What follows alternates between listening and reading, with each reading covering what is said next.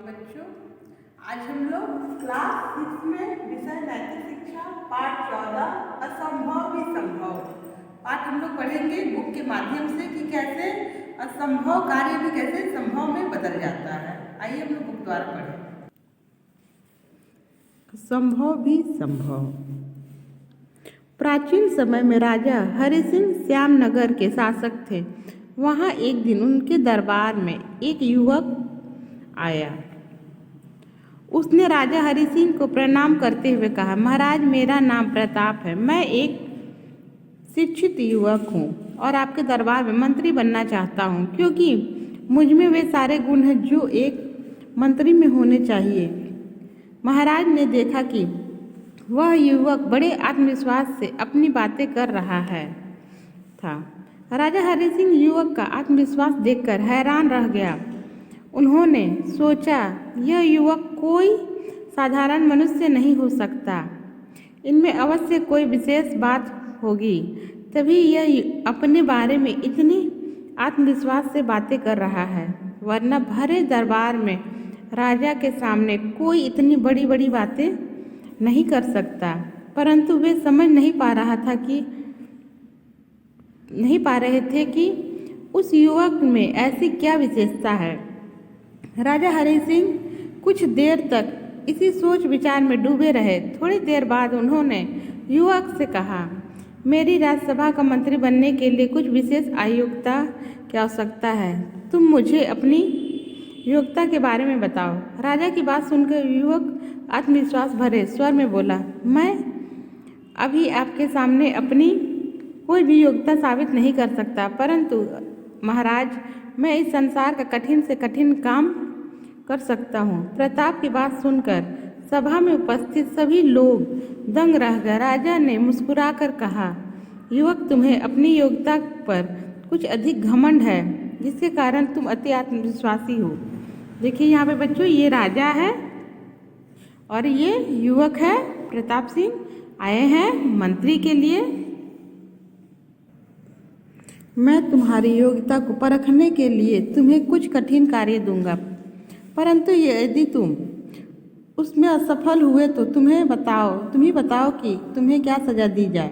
राजा की बात सुनकर युवक बोला, महाराज, आपकी जो भी इच्छा हो, मैं उसी सजा को भुगतने के लिए तैयार हूँ। युवक की बातों से झलकता आत्मविश्वास देकर राजा बोले, तो ठीक है, मैं तुम्हें 3 काम दूंगा।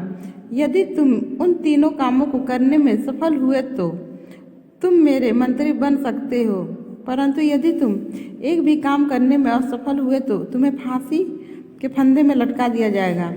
जैसी आपकी इच्छा महाराज, मैं आपकी शर्तें स्वीकार करता हूँ। युवक प्रताप ने राजा हरि सिंह को प्रणाम करते हुए कहा।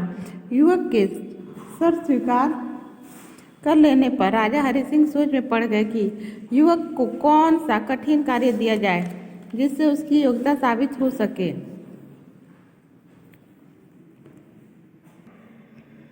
कुछ समय बाद उनके दिमाग में कुछ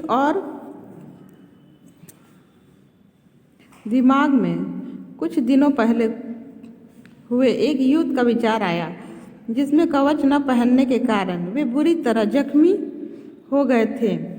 उन्होंने युवक से कहा, तुम्हारा पहला काम यह है कि तुम मेरे लिए पत्थरों का एक कवच बनाओ। युवक ने राजा को प्रणाम करते हुए कहा, जो आज्ञा महाराज, परंतु मुझे इन काम को करने के लिए 500 रुपये की जरूरत होगी। यह सुनकर राजा बोले, ठीक है, तुम्हें 500 रुपये दे दिए जाएंगे, परंतु याद रखना कि तुम्हें यह काम 3 दिनों में पूरा करना है। युवक ने राजा की शर्त स्वीकार की और 500 रुपये लेकर वहां से चला गया। अपने घर पहुंचे युवक ने कवच बनाने की कोई भी तैयारी नहीं की, बल्कि निश्चित होकर चुपचाप सो गया। उसे देखकर ऐसा लगता था जैसे उसे राजा ने दिए काम की कोई चिंता न हो। 3 दिनों के बाद युवक अपने नियम समय पर राज दरबार में उपस्थित हुआ और राजा को प्रणाम कर दरबारियों के साथ खड़ा हो गया। जब सबने युवक को खाली हाथ देखा तो सबने सोचा कि वह अपने काम को असफल तो वह अपने काम में असफल हो गया। अब राजा उस पर अवश्य क्रोधित होकर उसे फांसी पर लटका देंगे। राजा हरि सिंह युवक के बोलने की प्रतीक्षा कर रहे थे, परंतु युवक अपने स्थान पर शांति से खड़ा था। युवक को चुपचाप देखकर राजा ने पूछा, युवक, मेरा पत्थर का कवच कहाँ है? तुमने तो कहा था कि तुम कोई भी काम कर सकते हो। युवक बोला, महाराज, आपके कवच के लिए मैंने पत्थर इकट्ठे कर लिए थे, लेकिन जैसे ही मैंने उन्हें सिलना शुरू किया तो सुई और धागा दोनों टूट गए। इसलिए मेरी आपसे विनती है कि इतना बोलकर युवक चुप हो गया। राजा ने उसे चुप देखकर कहा, हिचकिचाओ मत, तुम जो कहना चाहते हो कह सकते हो, तुम्हारी मांग अवश्य पूरी की जाएगी। राजा का आश्वासन पाकर युवक बोला, यदि आप मुझे आग से बनी हुई सुई और सूर्य की किरणों से बने धागे दिलवा दे तो मैं आपके लिए पत्थरों का कवच अवश्य बना दूंगा।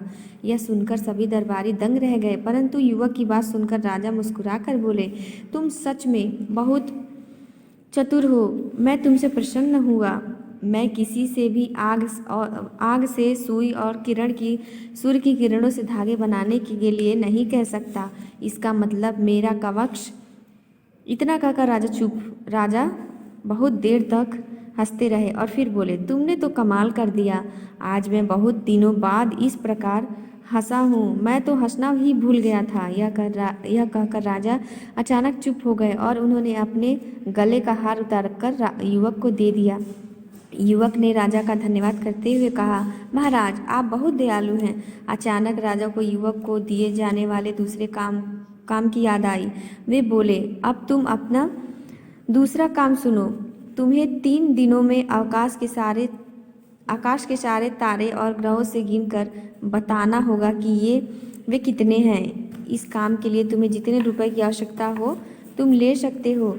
युवक ने राजा के दिए हुए काम को स्वीकार कर उन्हें प्रणाम किया और वहां से चला गया। उसके जाने के बाद सभी दरबारी कानाफूसी करने लगे कि युवक इतना कठिन कार्य कैसे कर पाएगा, क्योंकि आसमान के तारे गिनना संसार का सबसे कठिन काम है, जिसे करना असंभव है। राजा ने एक बार तो उसे क्षमा कर दिया, पर दूसरी बार नहीं करेंगे। तीसरे दिन राजा के बुलाने पर युवक दरबार में मुस्कुराते हुए उपस्थित हुआ। उसकी मुस्कुराहट देखकर दरबारियों ने सोचा कि शायद युवक ने वह कठिन कार्य पूरा कर लिया हो। राजा ने युवक से पूछा, क्या तुमने अपना कार्य पूरा कर लिया?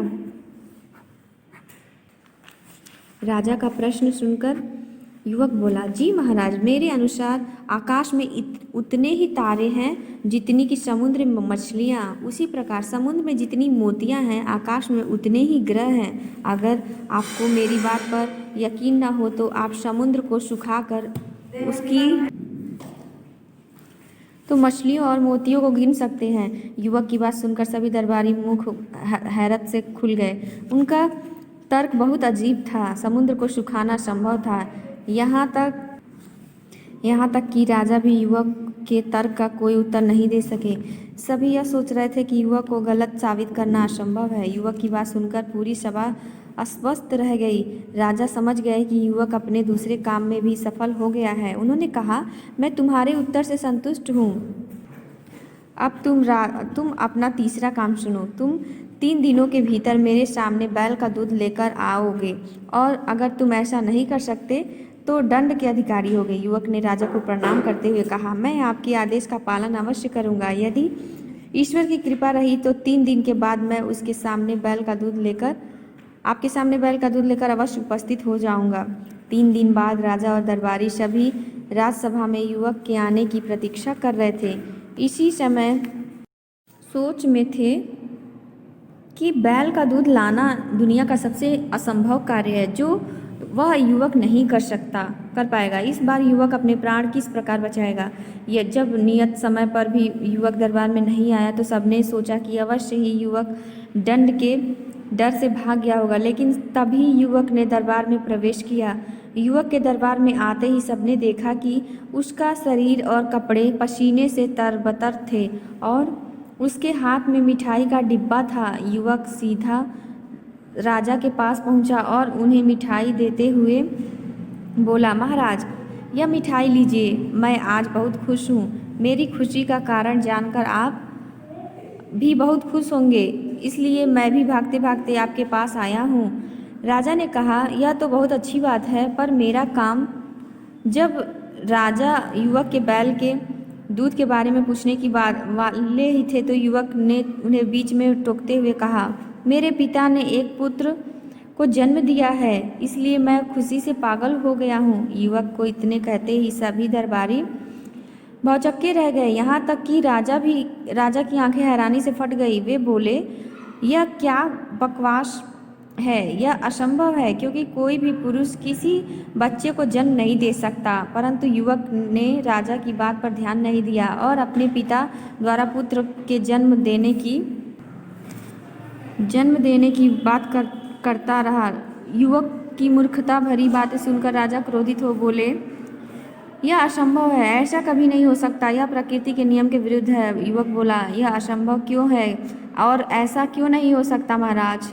राजा ने उत्तर दिया, इस संसार में केवल स्त्रियां ही बच्चों को जन्म दे सकती हैं, पुरुष नहीं।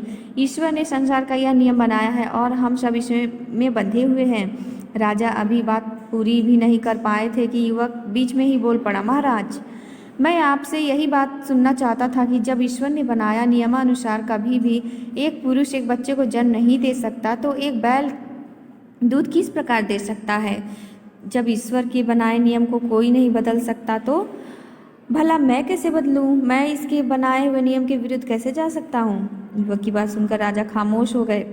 वे अपने ही बातों के जाल में फंस गए। थोड़ी देर में सोचने के बाद राजा को युवक की बात समझ सही लगी। वे युवक से बोले, शाबाश युवक, मैं तुम्हारी चतुराई और बुद्धिमानी से क्या हूँ बच्चों, प्रभावित हूँ।